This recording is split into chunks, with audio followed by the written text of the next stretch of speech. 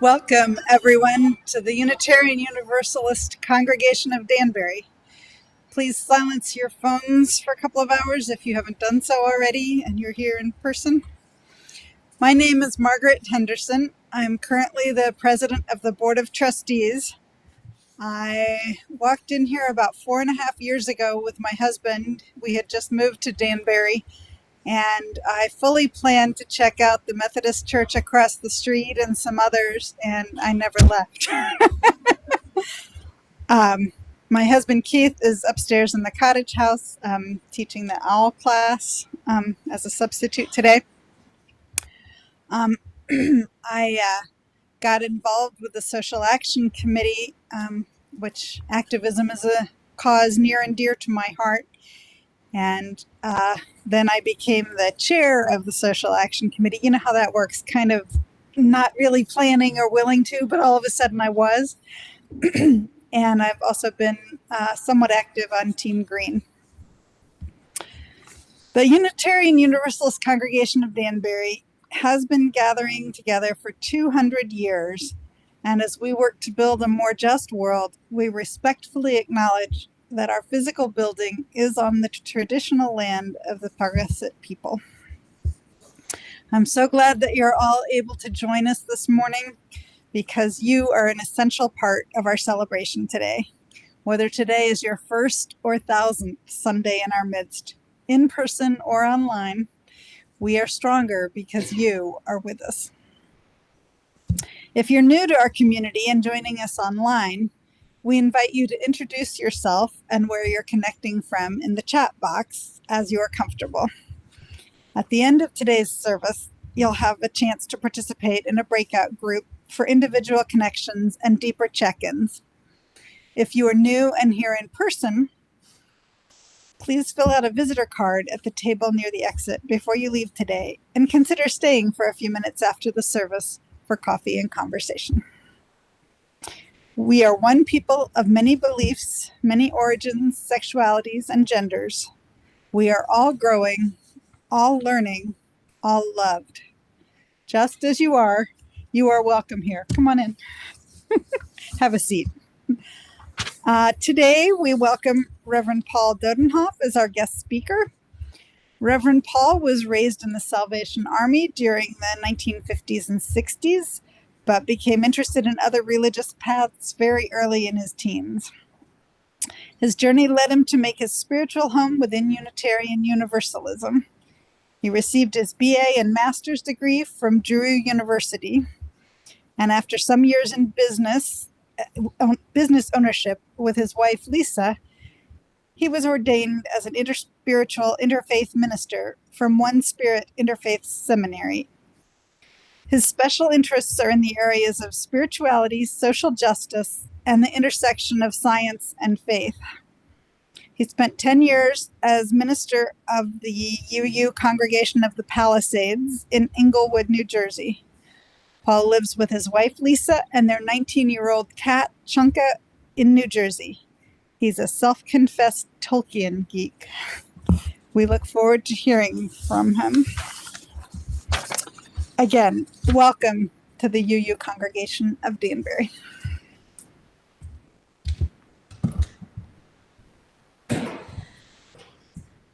At the beginning of our service, we'd like to take a moment to greet each other. So whether you are here in the fellowship hall or you are at home online, please take a moment to say hello to the folks around you.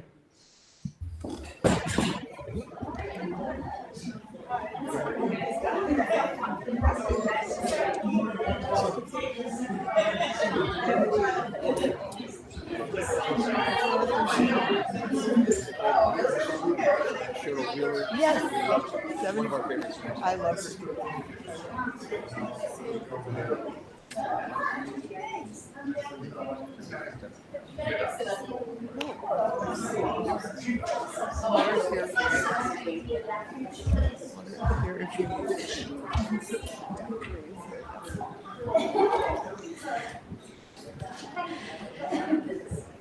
And now we'll sing our first hymn of the morning. You will find the words either in the hymnal if you are here with us in person or on your screen. It is Wake Now My Senses. Please rise in body or spirit. Here's our starting note. Wake now my senses and hear the earth call. Feel the deep power of breathing in all. He will the water creation come down. Within these sleep as love shows us how. Wake now, my reason, reach out to the day. Join with each pilgrim who was for the truth. Honor the beauty and wisdom of God. Soften the feelings and praise the sublime. Wake now, compassion, give heed to the cry. Voices of suffering, fill the one song. Leave us to hear both stranger and friend. Break and shining their hearts to end. Wake now, my conscience, with justice thy hand. Join with all people whose rights are denied. Take our years, not privileged way. God's love embraces the whole human race. Oh, okay. Wake now, my King, of ministry clear. Brightens my pathway, radiant sincere. Mingle the calling with all who will share. Work toward the planet, transformed by our prayer.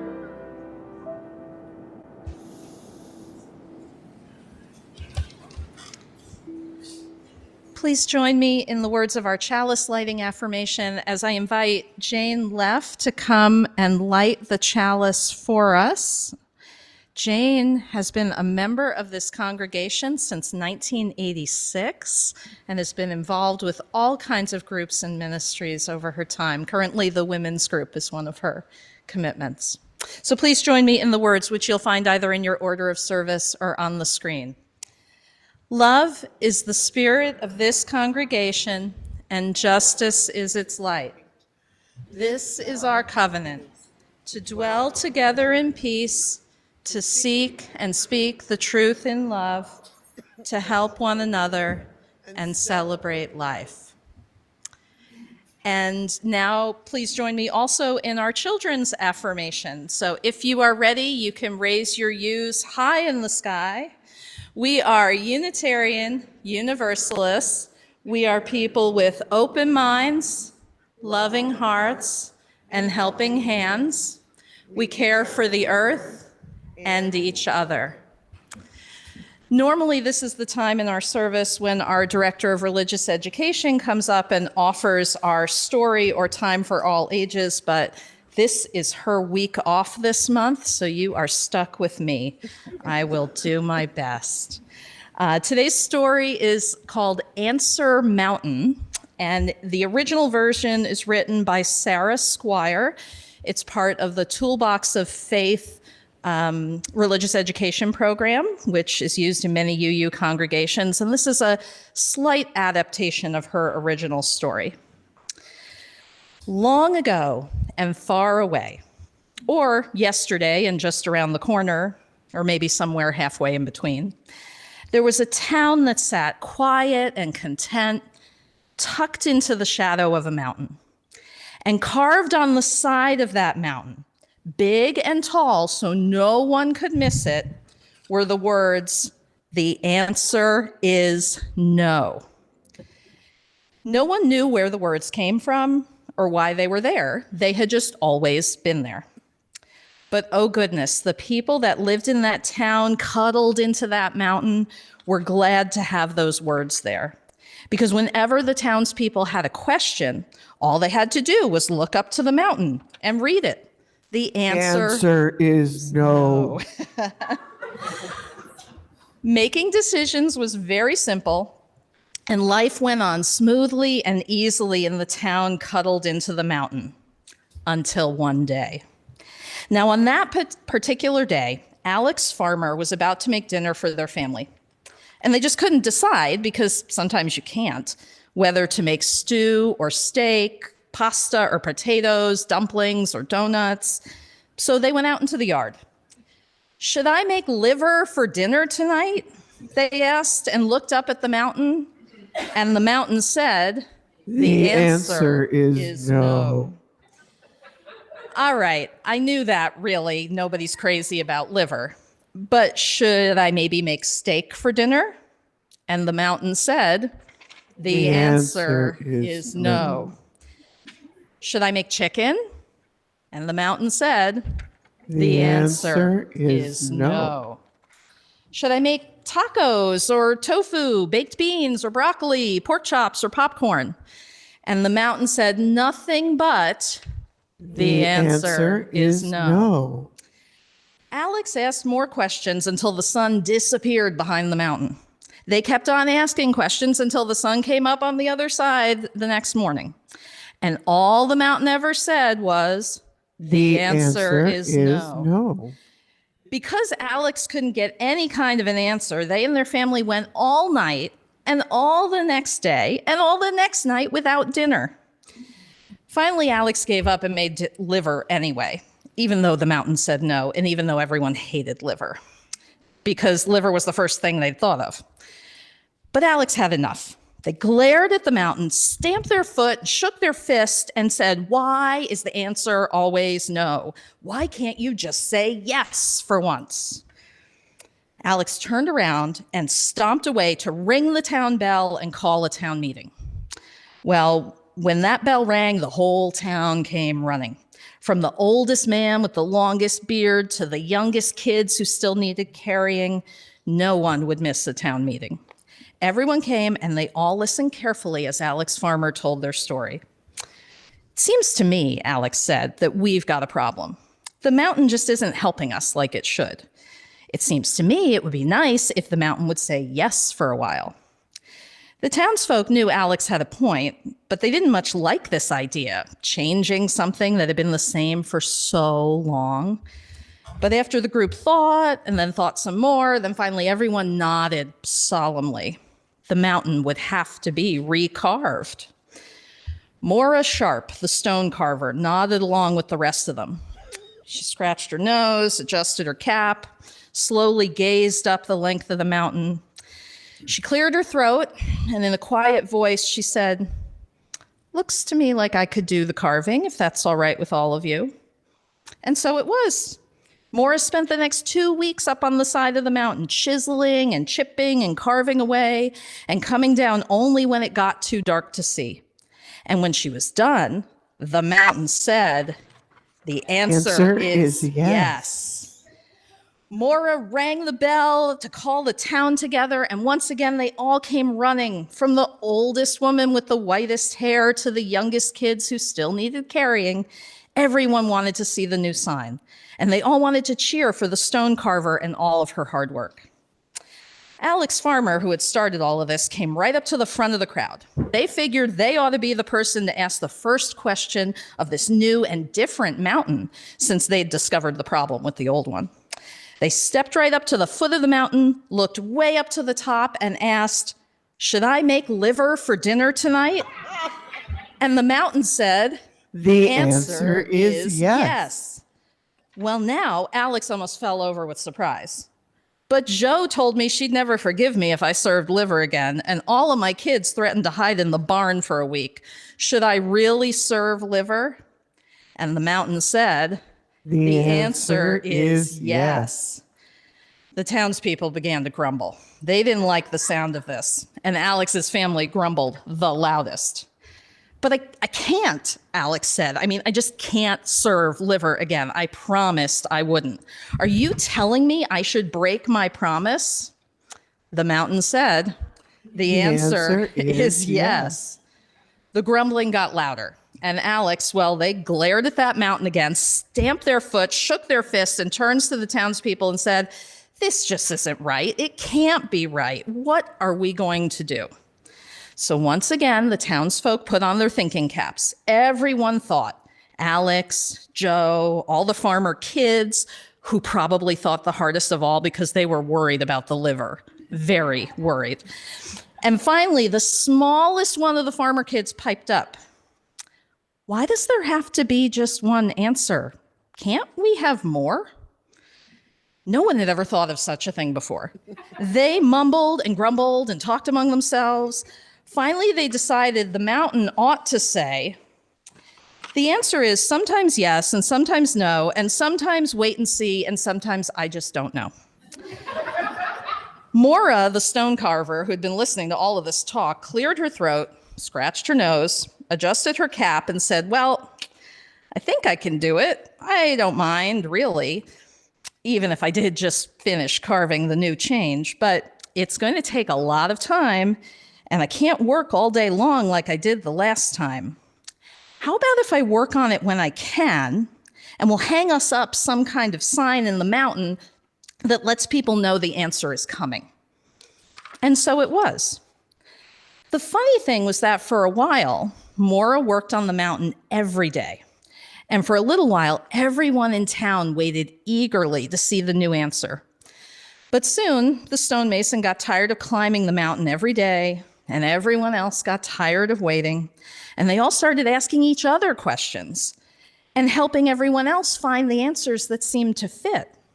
The townspeople realized that different questions usually had different answers, and that sometimes the same question had more than one answer, and that there were many more answers than they'd ever imagined. And all of that was fine with them.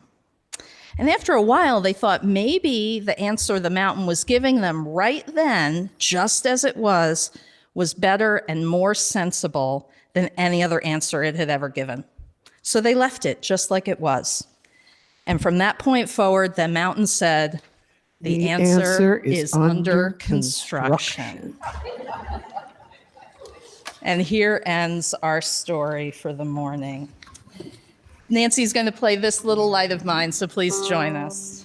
Light mine, I'm gonna let it shine. This little light mine, I'm gonna let it shine. This little light mine, I'm gonna let it shine, let it shine, let it shine, let it shine.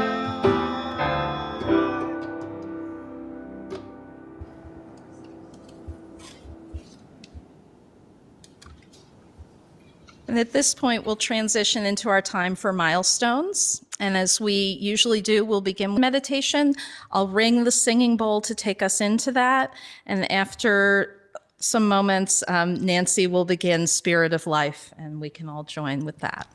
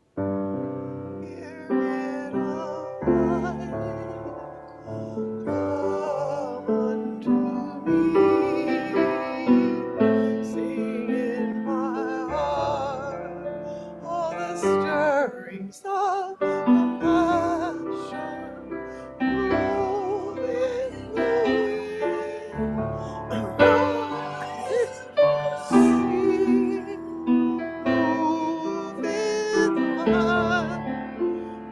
life the shade of justice.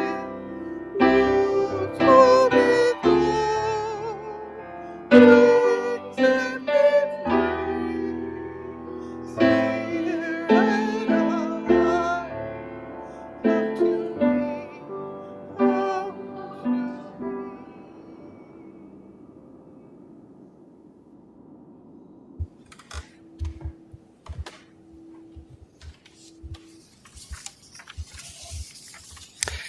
This is a poem by Mevlana Jalaluddin Rumi. One night, a man was crying, Allah, Allah. His lips grew sweet with praising, until a cynic said, so, I've heard you calling out, but have you ever gotten any answer? The man had no answer to that. He quit praying, and he fell into a confused sleep. He dreamed he saw Gizir, the guide of souls in the thick green foliage. Why did you stop praising? Because I never heard anything back. This longing you express is the return message. The grief you cry out from draws you toward union. Your pure sadness that wants help is the secret cup. Listen to the moan of a dog for its master. That whining is the connection. There are love dogs no one knows the name of. Give your life to be one of them.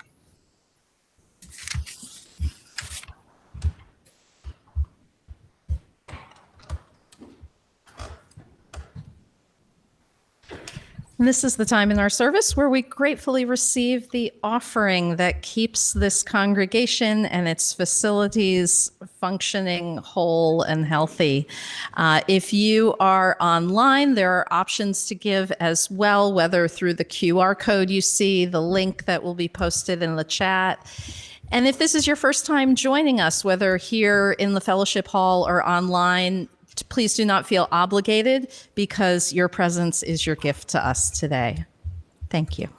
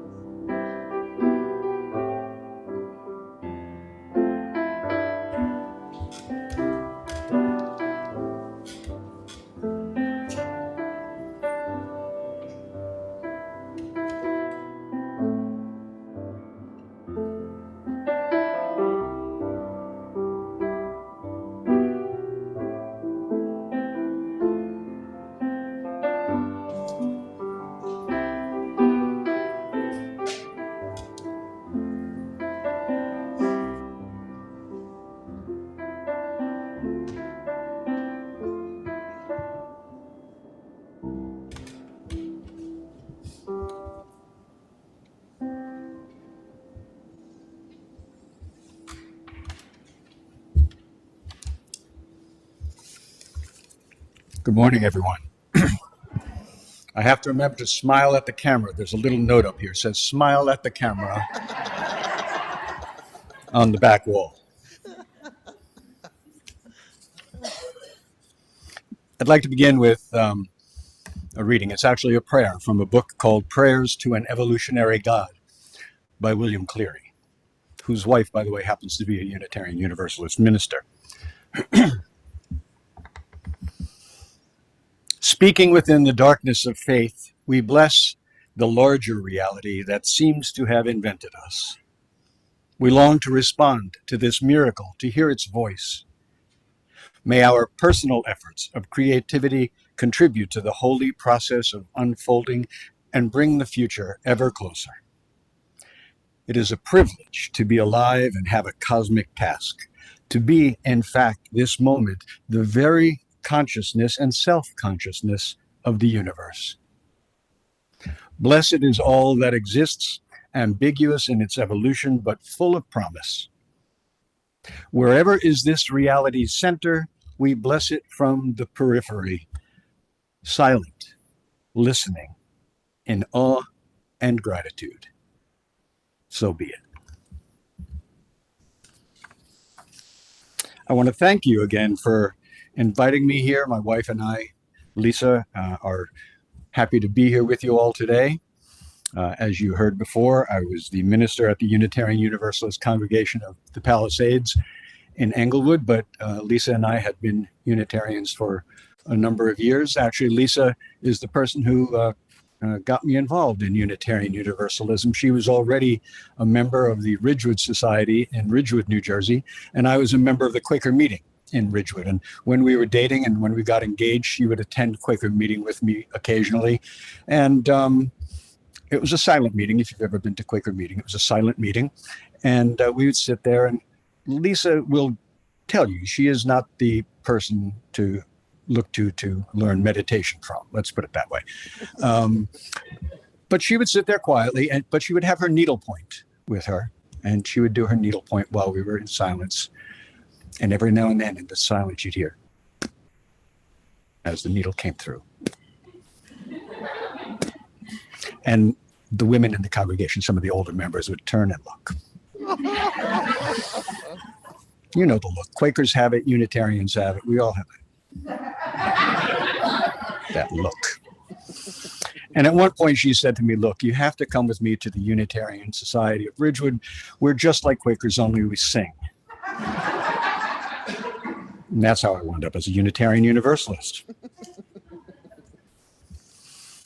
A few years back, I attended a local interfaith meeting, and a woman, someone who I've known for a long time and respect highly, came up to me before the meeting and she said, Paul, can I ask you something? And I said, sure, what is it? But by the way she asked, I knew that this was going to be something like a minister question, you know, so I put on my minister hat and I was ready. And then she asked me, she said, do you believe in God? And I was a little taken aback because it kind of just came out of the blue. Now, I suspect that many people at those meetings often wonder just what a Unitarian Universalist believes about God. But I'd never been asked, really, and I'd never volunteered, at least not there. And I told her briefly that I did believe in God, but probably not the way she did or the way most people do. I explained that my idea of God had more to do with what I believe is an evolutionary energetic force that flows in and through and out of all things, that we're all part of a mystery.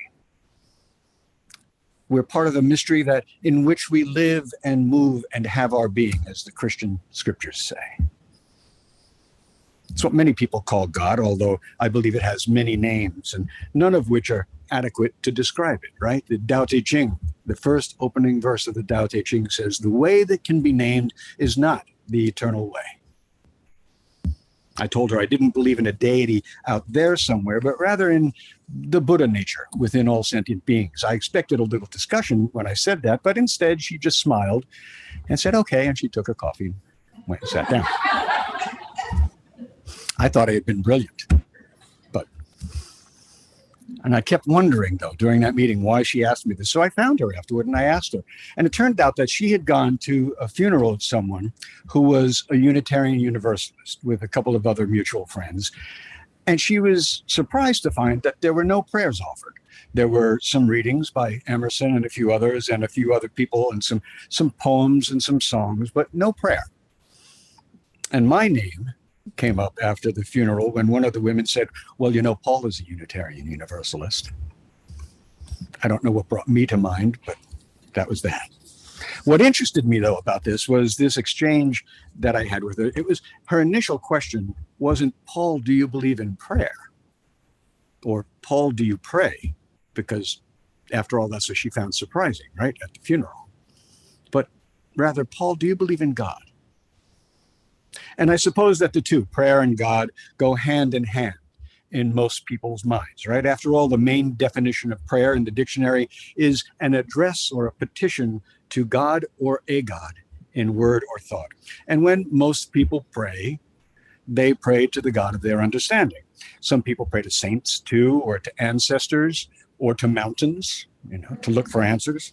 Some people pray to nature spirits or animals.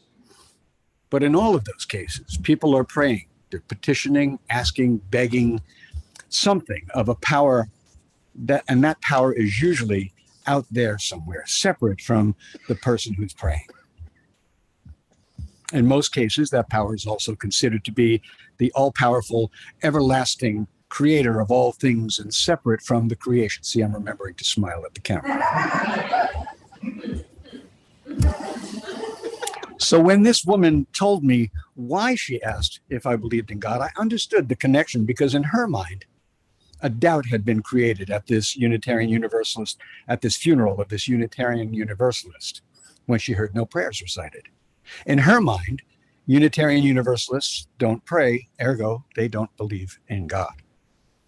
And this required my usual little explanation about the differences in the way various UUs pursue their own spirituality. I told her that I did pray, but again, not in the same way that she did, or that probably many people pray. In fact, I told her that my praying, such as it is, was probably different than many other Unitarian Universalists, since not all UUs pray alike or even pray at all. And she smiled again and said, okay, and she left.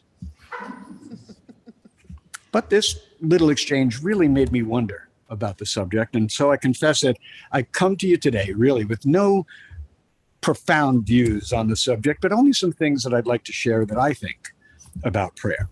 Very often I think about these things in the middle of the night. I'm a chronic insomniac, and I think about them in the middle of the night when I wake up. And I figure that if I'm going to think about them, at least I can take some comfort in knowing that perhaps at least a few of you will too after today, and I won't feel so alone in my insomnia.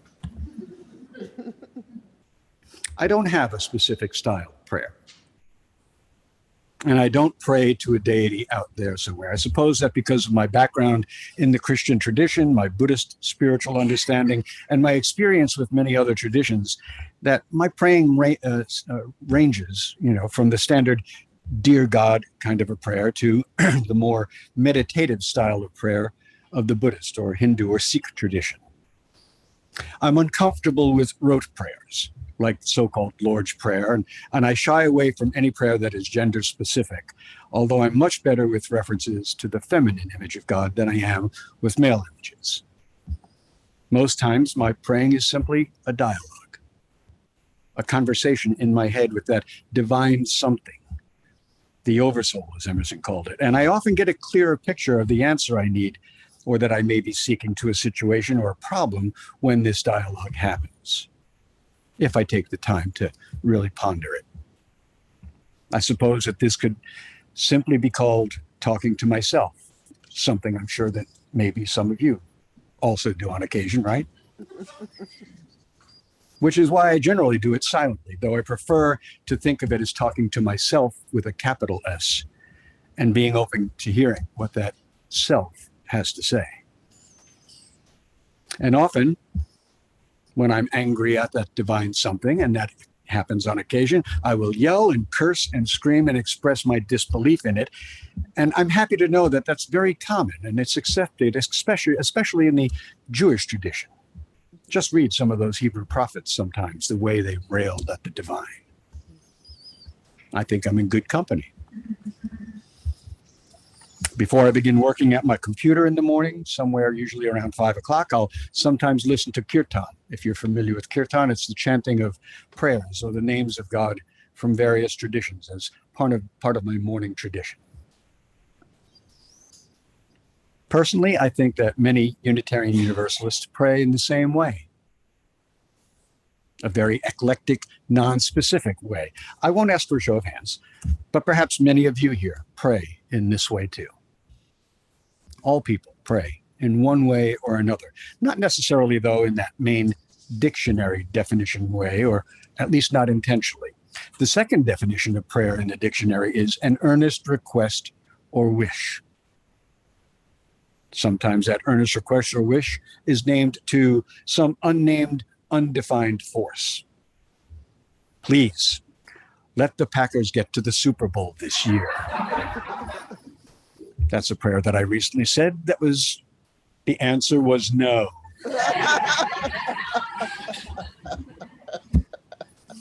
Or please let my refund check arrive soon. I suspect that many of us have been praying for our democracy quite a lot over the past few years. Now, I'll tell you that I believe that the only place you'll find the answer to that prayer is in the voting booth. This is not to say that UUs don't pray in the commonly accepted manner of addressing a power greater than ourselves. I haven't been to every UU church or met a majority of UUs. There probably are many who pray to a deity out there or to a specific image of God. I think specifically of our UU Christian sisters and brothers or pagan sisters and brothers. There may be some who hold on to the type of praying that they grew up with, just out of fondness for it, or that they knew before becoming a UU. But for most, I suspect prayer is less specific. But the dictionary definition of prayer is just a surface definition of what prayer is. All of us, at one time or another, I think, have cried out in some way, for example, for help with a problem. In a time of grief, when we're in pain or we see a loved one in pain, when we had finally reached the darkest place we had ever been in our lives, perhaps. Prayer, wrote Rabbi Abraham Joshua Heschel, begins at the edge of emptiness. And the good thing about emptiness is that emptiness is a place of possibility. Everything is possible. Or perhaps it was when we were overjoyed by a sunset or the sight of a billion stars on a crystal clear night, or the first sight of our infant child or grandchild. Each of these times touched in us such a deep and profound manner that we cried out to that divine something, whether it was articulated and understood in that way or not. I can tell you that every time I see the new images taken by the Hubble telescope or now the James Webb telescope, something deep inside me wells up, and sometimes it brings tears to my eyes. And all I can do is, as Anne Lamott writes about, is speak that most famous of one-word prayers. Wow. Just wow. Sometimes I remember to say thank you to who or whatever may be listening, because I'm so grateful to be a part of this amazing divine evolutionary process that we're in. I remember a few years ago when our daughter was in a serious car accident and we were driving to the hospital. I was trying to remain calm while driving, and all I could do was slip back without thinking into the kind of praying that I'd been raised with. Please, God, let her be okay. Please, God, don't let her die. And she didn't. And apart from almost losing her arm and 18 or so operations, she's okay.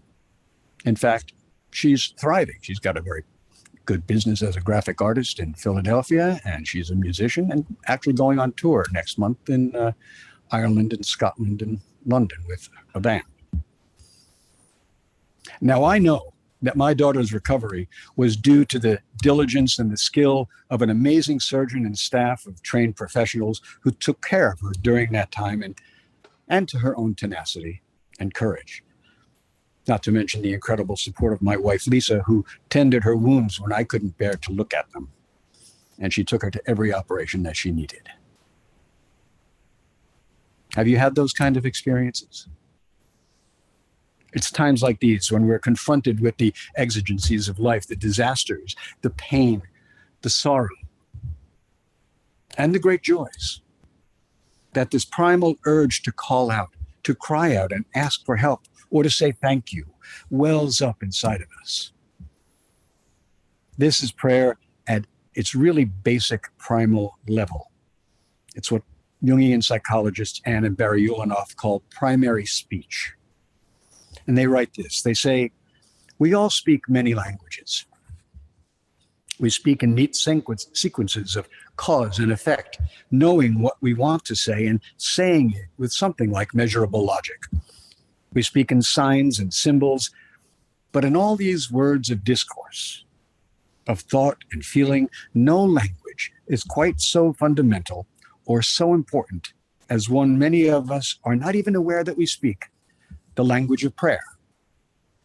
Prayer, they say, is primary speech. It is that primordial discourse in which we assert, however clumsily or eloquently, our own being. Primary speech, according to the Ulanovs, usually refers to the first sounds or words that an infant makes when trying to articulate the images and feelings it's being bombarded with, right? An infant sees the smiling face of its mother and it coos, or cries when that image leaves the room. It doesn't know mother yet, but it knows the image, the experience, and from deep within, it articulates in this primary speech its love and need for mother. All animals do this. And prayer, however you do it, is the primary speech of our deepest selves, of our being. It creates an avenue, though not the only one, through mystery. It's a metaphorical style of thought that goes from the known to the unknown, from instinct to action. And people have prayed like this since the beginning of time. So then how do we do it? Well, there have been a couple of examples today of how some people pray. The prayer by Rumi, the prayer that William Cleary wrote. Poetry itself can be a style of prayer. I think about many of the poems by the wonderful Mary Oliver. Many of the responsive readings that we have at the back of our hymnal are examples. Is there a specific you manner of prayer? I haven't found one. I suspect that some of us don't even care for the word prayer, and I can understand that. When I think of how I pray, I suppose it could be called hoping or wishful thinking. And then the other question that follows is, does prayer really work? There have been lots of studies, right, over the years to see if it works or doesn't work. And I don't think that there's been anything that's resolved it. I think the jury is still out. I don't know. I know that some people say that all prayers are answered. If you get what you want, God said yes, just like the mountain. If you don't get it, God said no, just like the mountain. Maybe God's a mountain. I don't know. That kind of understanding of prayer, though, for me, is pretty childish. What about the parent who prays as they're rushing to a school when there's been a shooting like the one that was in Uvalde? Some children survived. Others, far too many others, didn't. Did God hear those prayers of one parent but not others? Was the child that lived better than the one that died? Were the parents more holy than the other parents of the child who died? Were they not Christian enough, and so their child didn't matter as much? As a minister, I cringe.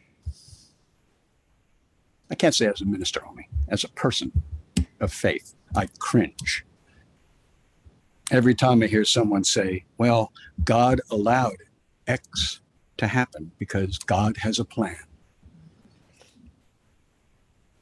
I can't tell you how many times I've heard that every time there's a tragedy, especially every time there's a mass shooting. I wouldn't pray to a God like that for any reason. And I think we're all sick and tired of the thoughts and prayers response of leaders that care more about support from the NRA than the lives of human beings. We've heard it far too many times. Thoughts and prayers. Here's the thing. If your thoughts and your prayers don't lead to some kind of positive action, then they mean absolutely nothing, whether there's a God or a goddess who hears them or not. Again, I'm reminded of Rabbi Heschel, who was asked when he was marching to Selma with Martin Luther King Jr. from Selma to Montgomery. He replied that he was praying with his feet. He put action behind his prayers. Or those familiar words from the book of James in the Christian scriptures that say, faith without works is dead. James writes this, he says, what good is it, brothers and sisters, if someone claims to have faith but has no deeds? Can such faith save them? Suppose a brother or sister is without clothes and daily food. If one of you says to them, go in peace, keep warm and well fed, but does nothing about their physical needs, what good is it? In the same way, faith by itself, if it's not accompanied by action, is dead. Your action doesn't have to be heroic. Any simple action, writing an email to your representative, for example, bringing a meal to a shut-in or someone who's ill, making a phone call, marching in a protest, so many other things. Actions speak louder than words. We've always heard that, and it's true.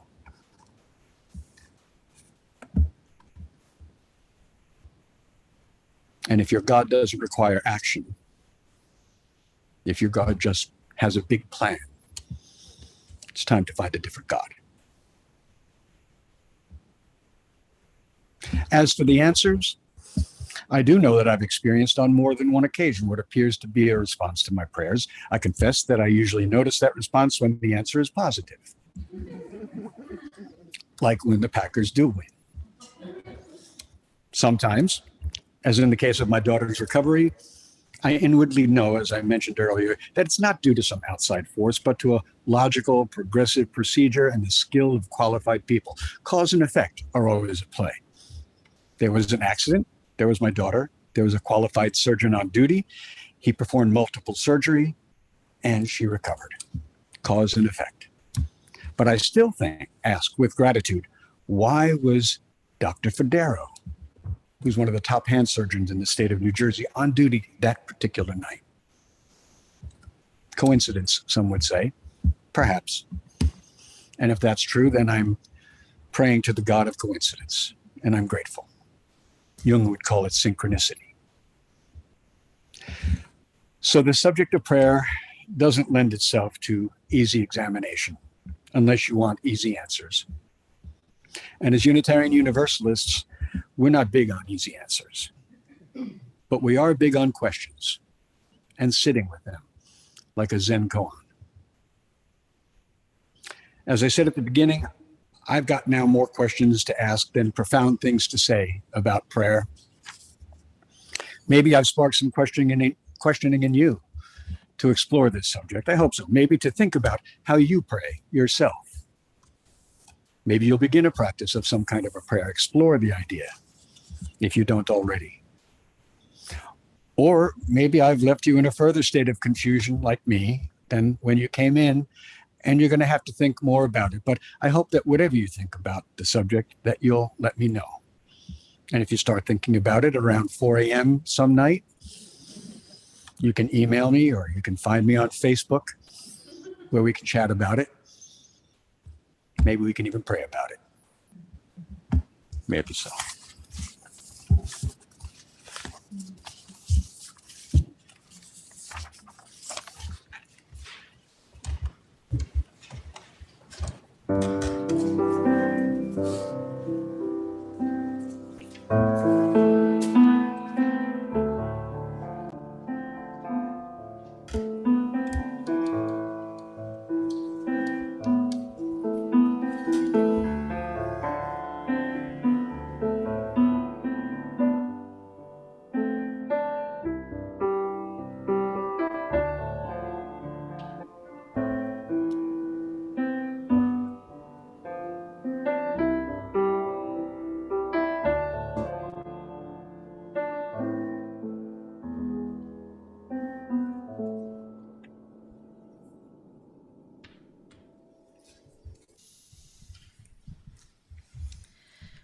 Please join me in the words as we extinguish our chalice. You'll find them in our order of service or on the screen.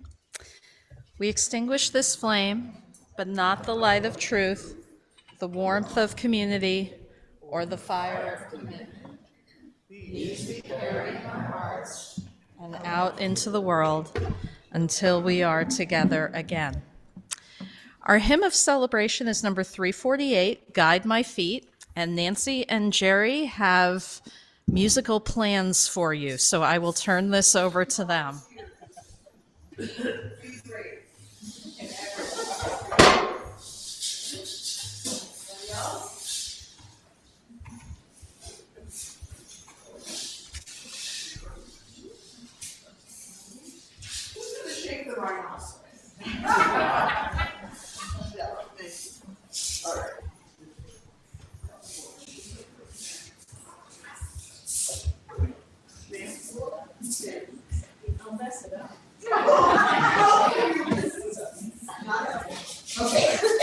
All right, so, something. Now.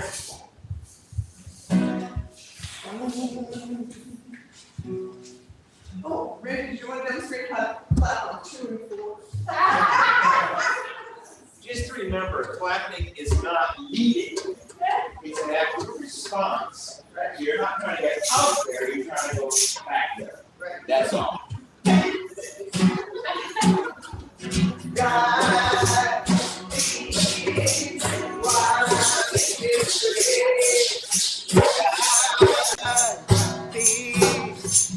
While I'm in this race, guide me while I run this race, 'cause I don't want to run this race in faith. Hold my hand while I run this race. Yes, move to this. Hold my hand. Let me see you moving. While I run this race, hold my hand while I run this race, 'cause I don't want to run this race in vain. Stand by me while I run this race.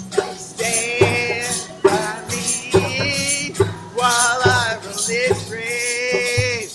Stand by me while I run this race, 'cause I don't want to run this race in vain, and search my heart while I run this race.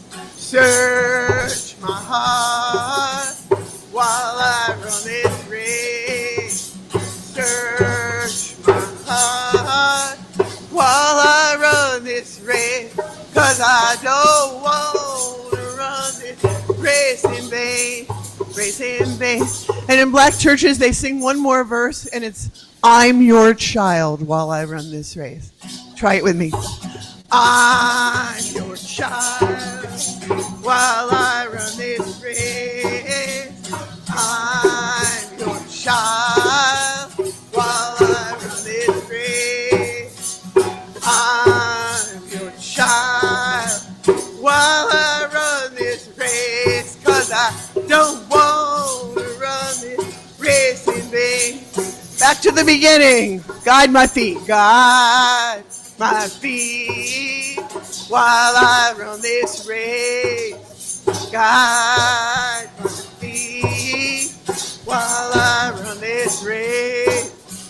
Guide my feet while I run this race, 'cause I don't want to run this race in vain.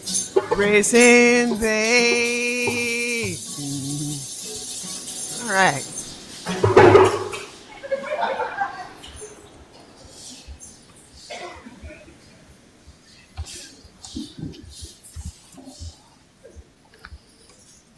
Is a poem by poet Ellen Bass, and it's called Pray for Peace.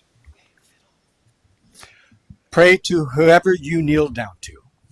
Jesus nailed to his wooden or marble or plastic cross, his suffering face bent to kiss you. Buddha, still under the bow tree and scorching heat. Adonai, Allah, raise your arms to Mary, that she may lay her palm on our brows, to Shekinah, Queen of heaven and earth, to Inanna in her stripped descent. Hawk or wolf or the great whale, record keeper of time before, time now, time ahead, pray. Bow down to terriers and shepherds and Siamese cats, fields of artichokes and elegant strawberries. Pray to the bus driver who takes you to work. Pray on the bus. Pray for everyone riding on that bus and for everyone riding buses all over the world. If you haven't been on a bus in a long time, climb the few steps, drop some silver, and pray. Waiting in line for the movies, for the ATM, for your latte and croissant, offer your plea. Make your eating and your drinking a supplication. Make your slicing of carrots a holy act, each translucent layer of the onion a deeper prayer. Make the brushing of your hair a prayer, every strand its own voice singing in the choir on your head. As you wash your face, water slipping through your fingers a prayer. Water, softest thing on earth, gentleness that wears away rock. Making love, of course, is already a prayer. Skin and open mouths worshiping that skin, the fragile case we are poured into each caress, a season of peace. If you're hungry, pray. Pray to Gandhi and Dorothy Day, Shakespeare, Sappho, Sojourner Truth. Pray to the angels and the ghost of your grandfather. When you walk to your car, to the mailbox, to the video store, let each step be a prayer that we all keep our legs, that we do not blow off anyone else's legs or crush their skulls. If you're riding on a bicycle or a skateboard in a wheelchair, each revolution of the wheels a prayer. As the earth revolves, we will do less harm, less harm, less harm. And as you work, typing with a new manicure, a tiny palm tree painted on one pearlescent nail, or delivering soda, or drawing good blood into rubber-capped vials, writing on a blackboard with yellow chalk, twirling pizzas, pray for peace. With each breath in, take in the faith of those who have believed when belief seemed foolish, who persevered. With each breath out, cherish. Pull weeds for peace. Turn over in your sleep for peace. Feed the birds for peace. Each shiny seed that spills onto the earth, another second of peace. Wash your dishes. Call your mother. Drink wine. Shovel leaves or snow or trash from your sidewalk. Make a path. Fold a photo of a dead child around your Visa card. Gnaw your crust of prayer. Scoop your prayer water from the gutter.